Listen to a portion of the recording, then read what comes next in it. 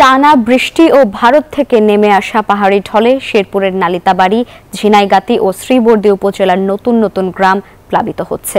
পাহাড়ি ঢলে নালিতাবাড়িতে বৃদ্ধ ও নারী সহ ৩ জনের মৃত্যু হয়েছে। এদিকে নালিতাবাড়ি ও ঝিনাইগাতি উপজেলা সদরের পানি কিছুটা নেমে গেলেও নিম্নাঞ্চলে অন্তত ১৫০ গ্রাম প্লাবিত হয়েছে। এতে ক্ষতিগ্রস্ত হয়েছে আমন আবাদ, মাছের ঘের ও সবজির আবাদ। পাহাড়ি ঢলে নালিতাবাড়িতে বৃদ্ধ ও নারী সহ ৩ জনের মৃত্যু সহ ঝিনাইগাতিতে পাহাড়ি ঢলে উজান থেকে ভেসে এসেছে ক্ষুদ্র নৃগোষ্ঠীর এক ব্যক্তির লাশ। গতকাল রাতে বন্যা কবলিত বেশ কিছু এলাকায় জেলা প্রশাসনের পক্ষ থেকে ত্রাণ বিতরণ করা হয়েছে।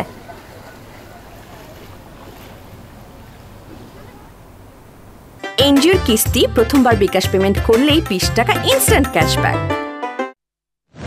জি, লাইবা শেরপুরে কিন্তু স্মরণকালের ভয়াবহ বন্যায় সীমান্তবর্তী ৩টি উপজেলা প্লাবিত হয়েছে।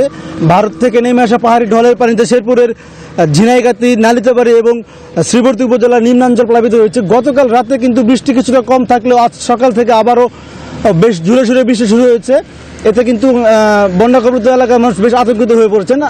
আমরা যেটি জানতে পেরেছি, ঝিনাইগাতি এবং নালিতাবাড়ি উপজেলা সদরের পানি কিছুটা নেমে গেলেও এখন নিম্নাঞ্চলের যে গ্রামগুলো রয়েছে সেগুলো প্লাবিত হচ্ছে। এ পর্যন্ত প্রায় ১.৫ শতাধিক গ্রাম কিন্তু এই বন্যার পানিতে প্লাবিত হয়েছে। সবচাইতে বেশি ক্ষতিগ্রস্ত হয়েছেন কৃষক যারা রয়েছেন তারা।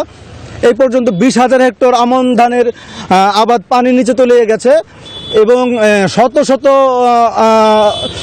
হেক্টর সবজির আবাদ কিন্তু ক্ষতিগ্রস্ত হয়েছে। এতে কৃষকরা বেশ ক্ষতিগ্রস্ত হয়েছেন। এছাড়া যদি আমি একটু আপনাকে বলি যে শত শত মাছের ঘের কিন্তু তলিয়ে গেছে। এতে কিন্তু মাছের যে চাষি রয়েছেন তারাও বেশ ক্ষতিগ্রস্ত হয়েছেন। এছাড়া কিন্তু বন্যায় ৩ জন মানুষ এ পর্যন্ত মারা গেছেন এবং পাহাড়ি ঢলে একজন ক্ষুদ্র নৃগোষ্ঠীর যে জনগোষ্ঠীর একজন মানুষের লাশ ভেসে এসেছে।